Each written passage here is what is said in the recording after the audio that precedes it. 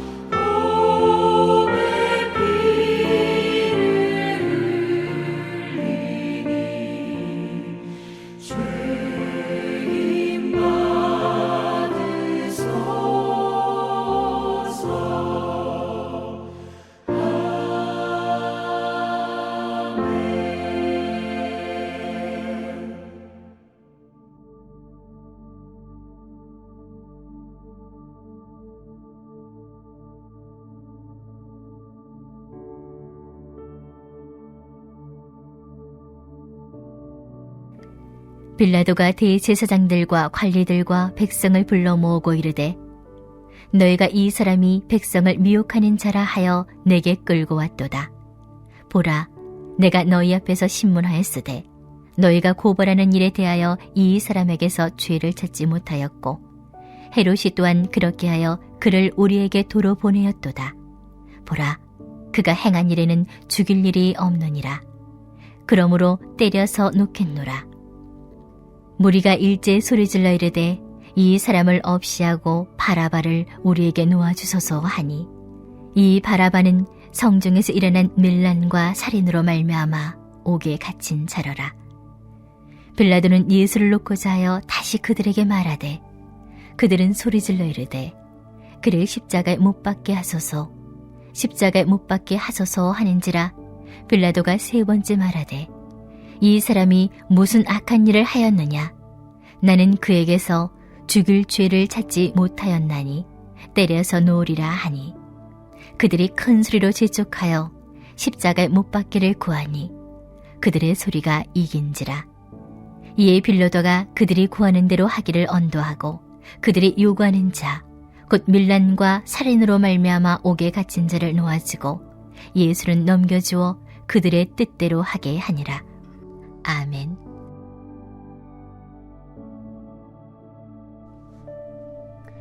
심리학에 피노키오 효과라는 것이 있습니다. 피노키오는 피노키오의 모험이라는 동화에 나오는 나무 인형이죠. 아시겠지만 피노키오는 거짓말을 하면 코가 길어집니다. 피노키오의 코는 아주 길죠. 그런데 실제로 스페인의 한 대학에서 실험해 보니까 사람이 거짓말을 하면 코가 길어지는 것이 아니라 오히려 줄어든다고 합니다.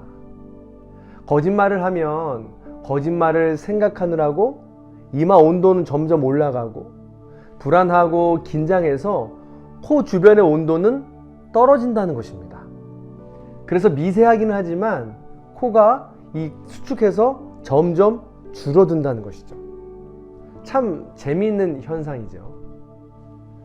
사람은 살면서 누구나 말을 하면서 살아갑니다. 입으로 말을 하지 못하면 손짓, 발짓, 그리고 표정으로 말을 하죠.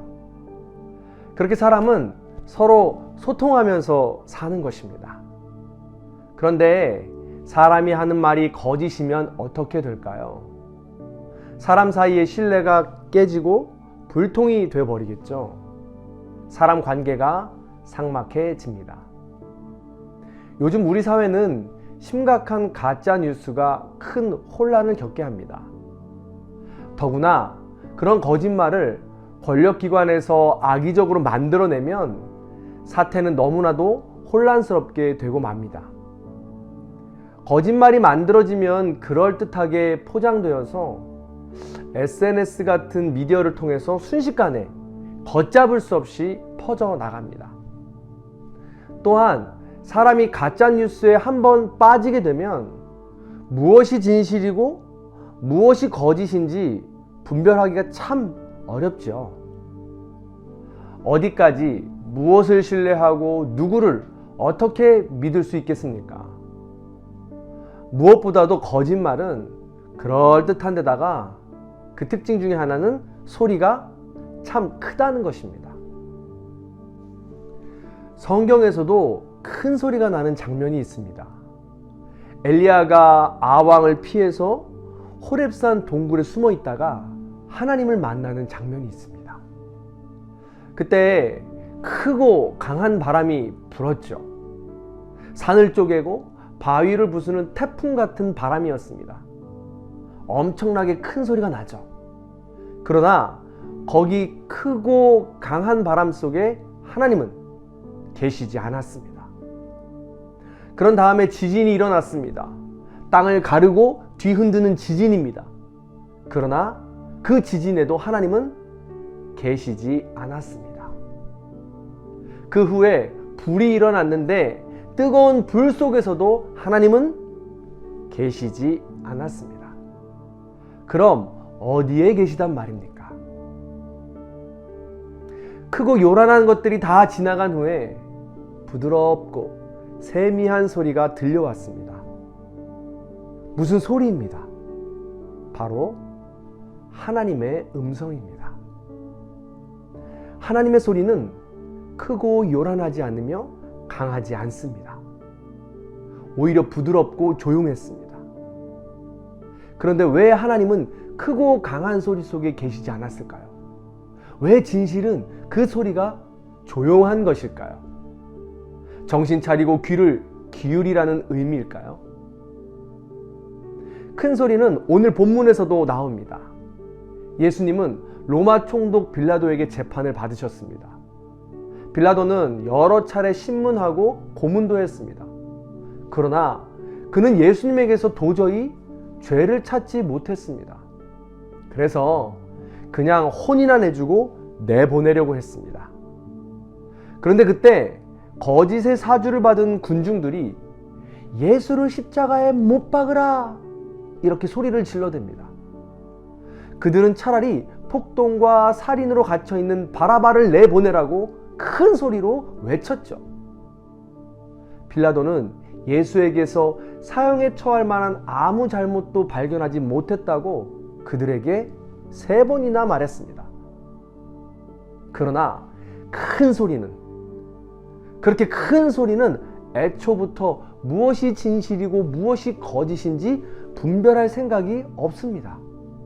아예 참과 거짓을 분별할 능력도 없습니다. 거센 해일처럼 몰려오는 거짓의 밀물은 도무지 뒤로 물러서는 방법을 몰랐던 것입니다. 그들은 더욱 큰 소리로 마구 우겨댔습니다. 그래서 마침내 소리가 이겼습니다. 소리가 이기는 날, 큰 소리가 이기는 날, 그날은 참 답답하고 슬픈 날입니다. 작은 소리가 들리지 않고 진실이 묻히는 날, 하나님의 아들이 결국 십자가를 지는 날이 된 것입니다.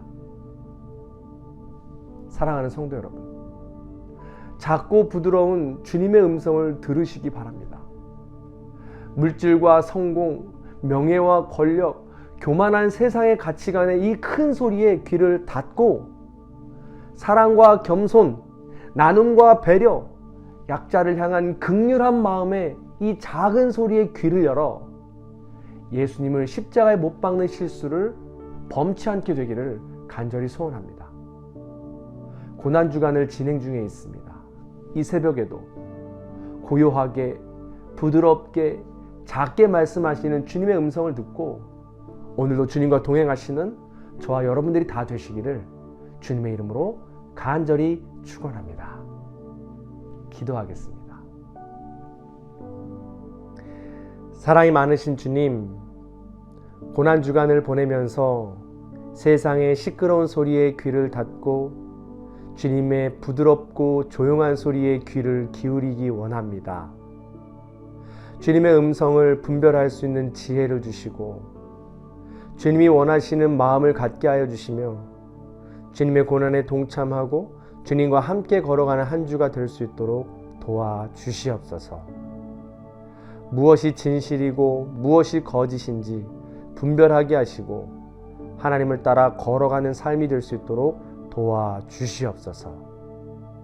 고난주간을 보내며 나만을 바라보는 것이 아니라 주님의 음성을 듣고 사랑과 겸손, 온유와 나눔, 배려를 가지고 약한 자들을 돌아볼 수 있는 능력도 우리에게 허락하여 주시옵소서. 감사드리며 예수 그리스도의 이름으로 간절히 기도하옵나이다. 아멘.